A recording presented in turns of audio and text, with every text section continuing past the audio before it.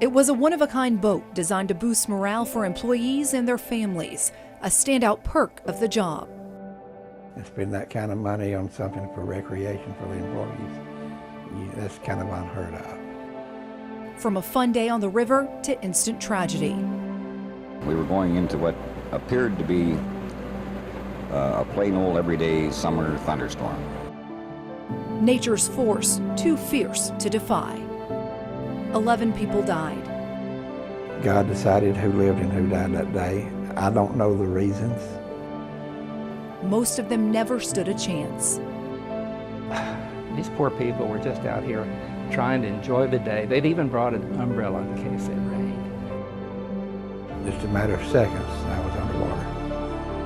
A community forever shaken. July 7th marks 40 years since the Titanic left from this very dock here at Ditto Landing, never to return under its own power. 15 people and 3 crew members were on SCI's popular paddle wheel boat. 11 lives were lost, including an entire family, in what later became known as Alabama's worst modern boating accident on inland waterways. There was no other boat around like it at the time. Everybody knew it was it. It was something neat to carry employees and their families on. People would schedule to ride it, and during the summer we would go out every afternoon around 6. Saturdays and Sundays we'd make 2 trips if we had enough people to go on it. I'm sure the SCI owners just wanted to do something for their employees, and they had tricked up this boat to look like something right out of Mark Twain. I got up about 6:30 that morning. I lived on a houseboat there at Ditto Landing. And I did what I do a lot of mornings. I had little scooters, mopeds. I'd ride around the harbor, go check the boat, make sure everything's good. Stop by the fuel dock, talk to them a while, go back and eat breakfast.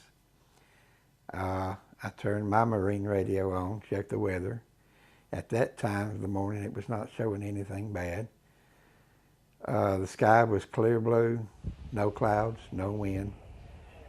I expected a nice day all day long. I was a student pilot, and I'd been asked by Bruce Hudson, who was a photographer in Channel 31, to come down and go water skiing on the Tennessee River, and I thought that was cool. But I wanted to get in some hours. He wanted me there around 11:15 or so. So I got up early in the morning. I went over to the Redstone Field, rented a Cessna 150, and flew up to Tullahoma, and then over to Muscle Shoals. And as I was going toward Muscle Shoals, I looked out to the west and saw a really ugly black cloud coming in. It was kind of rolling over itself, and I thought, I better run away from this. So I did a 180 and flew back to the Redstone Field and landed. I decided, okay, I'm going to go down to the river. It wasn't too long before I was hit with this rather massive storm. I had to pull off the side of the road and let it go over. It was a terrible storm and totally unexpected. I should have turned around and gone home at that point. I did think about it because I think nobody's going to go water skiing now, but I decided to go on down to Ditto Landing just to let Bruce know that I was okay, because he knew I was going flying that day. We had less of a crowd than what was scheduled to come, and I thank God for that now. But we had quite a few scheduled that day. We waited an extra 20 or 30 minutes just in case anybody showed up, and then we headed out. As we got up to the end of the island, I noticed it clouding up quite a bit. As we started heading around Hobbs Island and looking back, I could see back toward Decatur. It was getting bad. The clouds weren't just dark. They were turning reddish and purplish, and that didn't look good. Yes. All I know to do in any storm is head your boat into the wind. They came across the NOAA radio and said we're having 65-mile-an-hour winds. And my first mate, Gary, had come up to the wheelhouse. We were going into what appeared to be A plain old everyday summer thunderstorm. Winds had picked up a little bit. We turned directly into the wind. We were holding our own. I was watching a couple of buoys that we just passed. It wasn't just a matter of minutes. We got into what we call a whiteout. The rain was so strong, I couldn't see my front deck. We had no visibility at all. There was a lot of noise. The floor started to fall away, started to tip away on us. And I looked out and I could see the side of the boat. You know, I was doing everything I could do to stay upright, and I looked out and I could actually see the side of the boat. I hollered to Frank, "We're going over," and he fell away from the wheel. When I came back up, I grabbed the wheel with my left hand, I grabbed the radio mic with my right, and said, "Mayday, SCItanic." And by the time I got that out of my mouth, we were upside down. The whole thing didn't take 5 seconds from the time we felt it going until we were trying to make our way out of the wheelhouse that was 20 feet underwater by then. It just got worse and worse and worse, and it looked like when you see a movie or something of a ship out at sea and the waves are coming over the top of it. And then it just got so bad until it looked like the wind got so bad until it just tore the front right side of the boat out. And that's when all the water started rushing in, and then the boat started turning over. We were all inside the boat down on the first level, and where the couches and the chairs and stuff were to get out of the rain. I didn't realize yet that I was upside down. It was dark in the cabin. At first I couldn't find the door. I started feeling around. I was gasping. When I got out the door, I couldn't go up. I hit my head on the deck. That's the moment I realized the boat was upside down. I had to push myself back down under the handrail before I could go up to the top. And then when I got to the top, I looked around and the boat was upside down. There was already some people on it. I was the last one that got out alive. I remember one of the first ones brought up was a man wearing blue jeans and cowboy boots. And I remember him and his wife. She made it and he didn't. Me and my husband were trying to hold hands to stay together, and that water just rushed in there so strong, it just knocked us apart. I was strangling and drowning, and all of a sudden, God told me, he says, "Margaret, open your eyes." And when I did, I looked up and I saw a light. And then he says, "Go swim to that light." And when I did, I felt myself go out through this passageway. And my head, the next thing I knew, my head bobbled up above the water. It was still storming real bad. And the captain and the girl that worked on there and this guy that worked on there had got out, and they were pulling the ones that were survived out of the water. So a lot of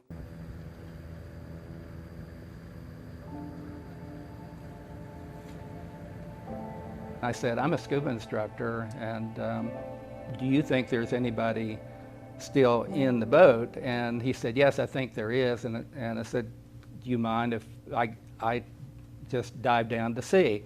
And about that time, a fellow that I knew, his name was Mick Roney, he was a lifeguard and a swimming instructor at the natatorium, also showed up, and he volunteered. So together, without mask or snorkel or anything, Mick and I dived down. Now, we dived all the way to the bottom.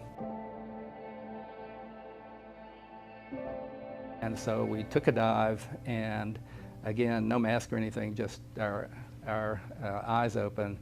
We saw this door up under some stairs. And so Mick opened the door, and we saw legs hanging down. And so Mick went in, grabbed the legs of this person and brought him out, and I grabbed hold of Mick and got him out from under the stairs. And I remember the man's face was just a bright blue. And so we brought him up to the surface, and Mick wanted to do mouth-to-mouth resuscitation right there, and I said, no, we need to get him up on the hull there where they can do it properly. So they took him up, and I don't know if they tried to revive him or not.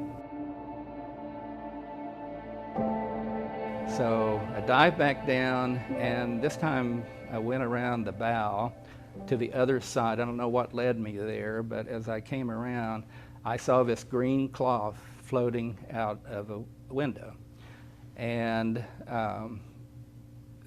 there were screens over it, but it had come ajar, and the window was partially broken. So I just had a sense what was going to happen.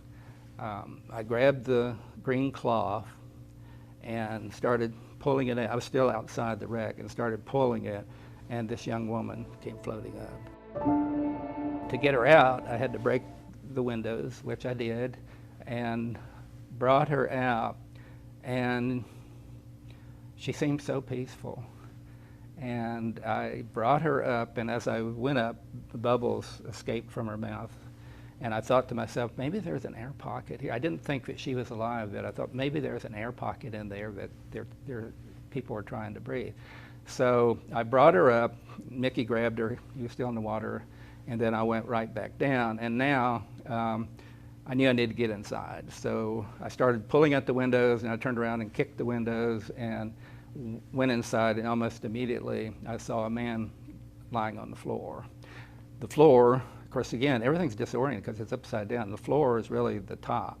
And there was a danger that I recognized since I dived on wrecks that when they turn upside down, there's a good chance that the floor, the plates are going to fall down. So I was wary of that. There were a lot of Coke cans rolling around and furniture up on the ceiling, which was really the floor.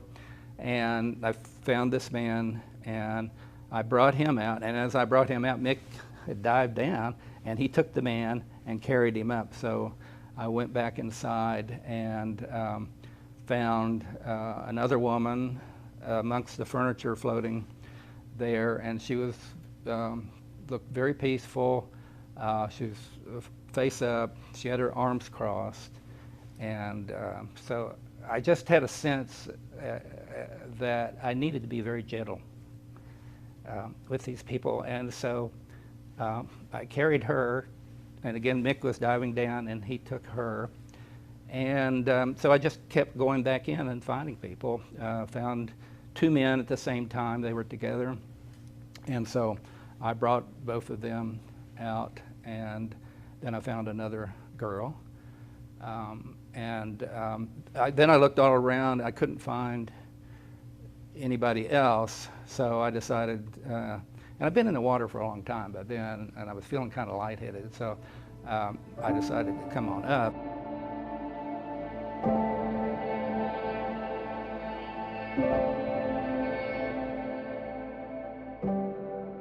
I felt responsible. I know people held me responsible, but I felt it regardless. I recall seeing an umbrella on the floor, and I thought to myself, these poor people were just out here trying to enjoy the day. They'd even brought an umbrella in case it rained, and now this awful thing had happened. I really get to dwelling on it in July every year, but there's not many days during the year that I don't think about it and ask God so many times why he spared me and not so many others.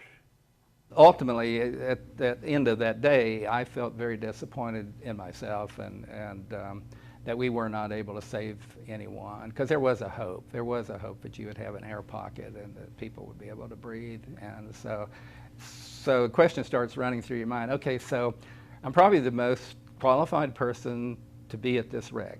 I'm a wreck diver, got a huge amount of scuba diving experience. I had seen people dead before. So what led me there about 20 minutes too late? And I've questioned that over the years. Why? You know, why did this happen? And you don't know. I only know that I really tried to be very gentle with the people that I found there, and so I take some solace in that.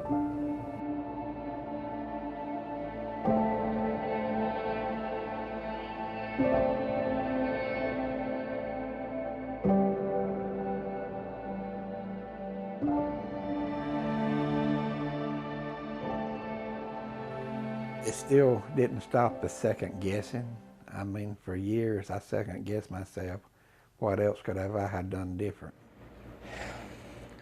Right now, I'm not decided exactly what I'm going to do. I've been on the river all my life. I grew up on it. I'm going to help in the salvage operation any way I can. Just play it fair. The damage was horrific. Part of the damage was when it went over. Part of the damage was after it was being picked up for the third time. I bought the salvage of the boat after the lawsuits was over. There's no amount of comfort that I could give the families. I have prayed for them many times for the comfort for them, but there's nothing that I could do. Bottom line, it was nature. It was an act of God. God decided who lived and who died that day. I give God all the credit for getting me out of there. 40 years later, and still the slightest mention of the name SCItanic brings an eerie reminder to those who remember what happened here that day. And in the final findings, it was also recommended that the U.S. Coast Guard increase awareness about microbursts in the boating community. And microbursts can be just as significant as low-end type of tornadoes. However, unlike tornadoes, which we can often give some advance warning before they develop, microbursts, there's usually very little warning that's given, or in some cases, no warning at all. Microbursts are a localized column of rapidly sinking air in a thunderstorm. Microbursts form when the updraft or rising air within a thunderstorm weakens, allowing large amounts of water and ice that have been suspended within the upper levels of the thunderstorm to rapidly descend toward the ground. When that air that is being dragged down with the precipitation hits the ground, it spreads out in all directions and can do extensive wind damage. In 1984, microbursts had just been identified 8 years earlier by Dr. Ted Fujita, creator of the infamous Fujita tornado scale. In fact, he visited North Alabama himself to survey the damage. I flew up in the helicopter with him. He showed me where it hit the ground. He showed me 3 tracks where it led out and the one that hit us. It was determined in this case the SCItanic was already turned into a 65-mile-per-hour headwind when it was hit from a second wind on the port side from a microburst with winds of 100 miles per hour. The boat didn't stand a chance. Because microbursts develop so quickly, it can be difficult to give much of a heads up before they hit. There are certain radar signatures that we can identify that indicate a microburst is about to occur. In 1984, we lacked the technology and the experience to recognize these signs. But now that we have a tool like 31 triple Doppler, we can track those signals in real time and now have the ability to provide at least some advance warning. This tragedy not only highlighted the impacts of weather on inland boating, but if anything positive, it also led to the creation of the local dive team. I think we learned from tragedy. I can only imagine what they faced in that day not having the resources. There's no worse feeling than standing there trying to help somebody and you don't have a means to do that. When the SCItanic went down, I just kind of kept looking at the news and seeing what was going on, and after about 2 weeks, it kept coming in my mind, do they not have any kind of a rapid response rescue team for the water? Out of sheer necessity and a deep care for helping others, a group of volunteers helped HEMSI form the area's first dive team. The ones we picked were the ones who were very serious about what they were doing, who were very safety conscious, and not only for themselves, but also for their teammates. So that's the type of people that I was looking for, and one who really cared about bringing closure to the family. It's a building block. It wasn't a small event with questions. It was about as bad as you could get with multiple casualties. And you just take that and grow. We learned from HEMSI's dive team. We learned from other water rescue teams within the region. And we're still learning. We all learn every day because as the events change, dynamics change of every rescue, we look at other people's calls. We tailor our equipment, our training, everything. From 1984 to 2011, the Hemsey dive team gave everything they had to the Huntsville area. After that, it was turned over to the Huntsville-Madison County Rescue Squad. It was a good feeling. We were proud of what we did. We were serious about what we did. I don't think we did it to get recognition. We went out there to do a job that we felt we were qualified to do. If this was to happen, this same event was to take place today, you would have multiple agencies responding right out of the gate. There's a plan for the Tennessee River that involves, depending on location, us, Huntsville Fire. It may be with Madison County Volunteer Fire Departments, depending on if you go east on the river, if you go west. So there's multiple plans in place. Everybody knows their role, their responsibility, and we're prepared for pretty much anything we could face on the water. All I can say is I hate it. I wish it hadn't have happened. I wish I could have done some more. Just ain't nothing else I could do. I've heard all my life that when somebody's drowning, if they see their life pass before them, but all I was thinking was, God, please help us get out of here. And I could feel myself, I was about to go under when like I said, I heard that voice tell me to open my eyes and look up. Madison County Commission does remember and honor those who perished in the SCItanic boating accident and does hereby recognize July the 7th, 2024 as the SCItanic Remembrance Day in Madison County, Alabama.